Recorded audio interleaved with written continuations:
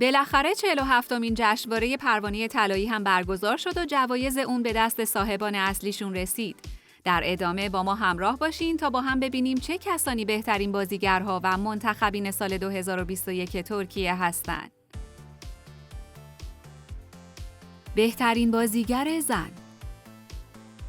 این جایزه به ستاره‌های سریال آپارتمان بیگناهان یعنی مروه دیزدار و ازگی مولا رسید. مروه و ازگی در ادامه از اینکه این جایزه رو به طور مشترک با هم برنده شدن اظهار خوشحالی کردند. بهترین بازیگر مرد. نورگل یشیلچای با گفتن جملات بسیار با استعداد، بسیار خوش‌تیپ و بسیار سخت‌کوش، چالار ارطغرل رو به عنوان برنده جایزه بهترین بازیگر مرد برای بازی در سریال تشکیلات به روی صحنه دعوت کرد.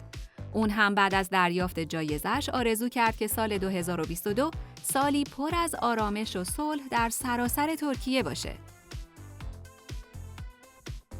بهترین بازیگر کودک. آیلین آکپینار برای بازی در سریال خواهر و برادرانم برنده این جایزه شد. بهترین سریال تلویزیونی. سریال دختر پشت پنجره. بهترین بازیگر زن سریال کمدی رمانتیک. آیچا آیشین توران برای بازی در سریال داستان جزیره برنده این جایزه شد.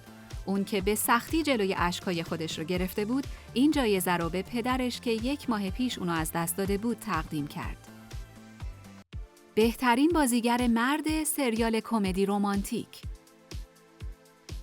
آیتاج شاشماز به خاطر بازی در سریال بازی بخت برنده جایزه بهترین بازیگر مرد کمدی رمانتیک شد.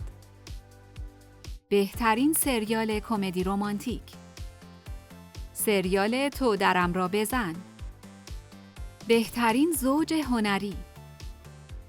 هانده ارچل و کرم بورسین برای بازی در سریال تو درم را بزن برنده این جایزه شدند.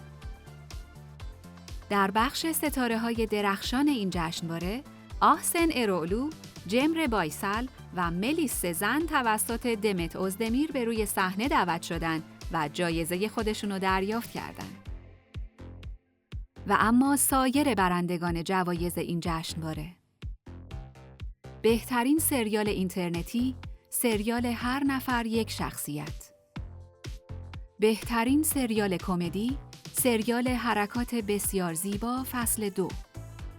بهترین بازیگر زن سریال کمدی، گونای کاراجولو برای سریال ای وای جوونیم.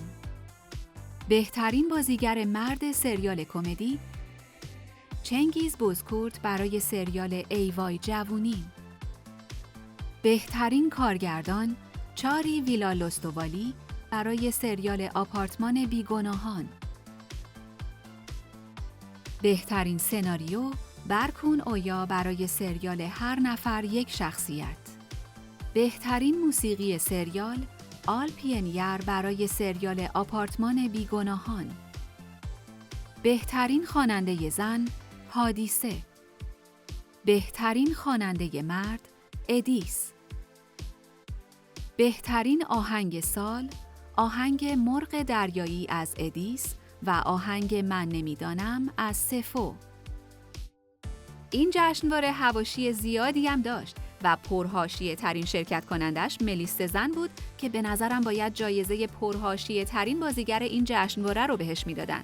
این بازیگر در این مراسم لباسی با امضای توانا بویوک چینار به تن کرده بود که به شدت مدل اون در رسانه‌ها مورد بحث قرار گرفت. بعد از اون رفتار و مدل حرف زدنش موقع دریافت جایزه بود که سوژه فضای مجازی شد، تا جایی که کمدین معروف تانسو دایان هم با انتشار ویدیویی با شوخی از لباس و طرز صحبت kerdden اون تقلید کرد.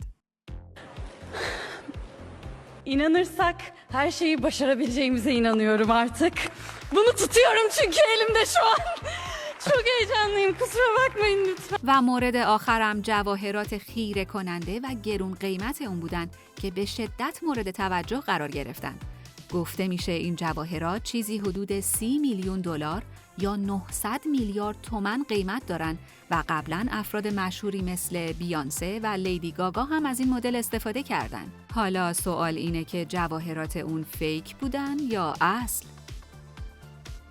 خب بگین ببینم نظرتون راجع به جشنواره امسال چیه؟ به نظرتون حق به حقدار رسید یا نه؟ نظرتون رو برای ما بنویسین و این ویدیو رو لایک کنین و عضویت در کانال لنز رو هم فراموش نکنین.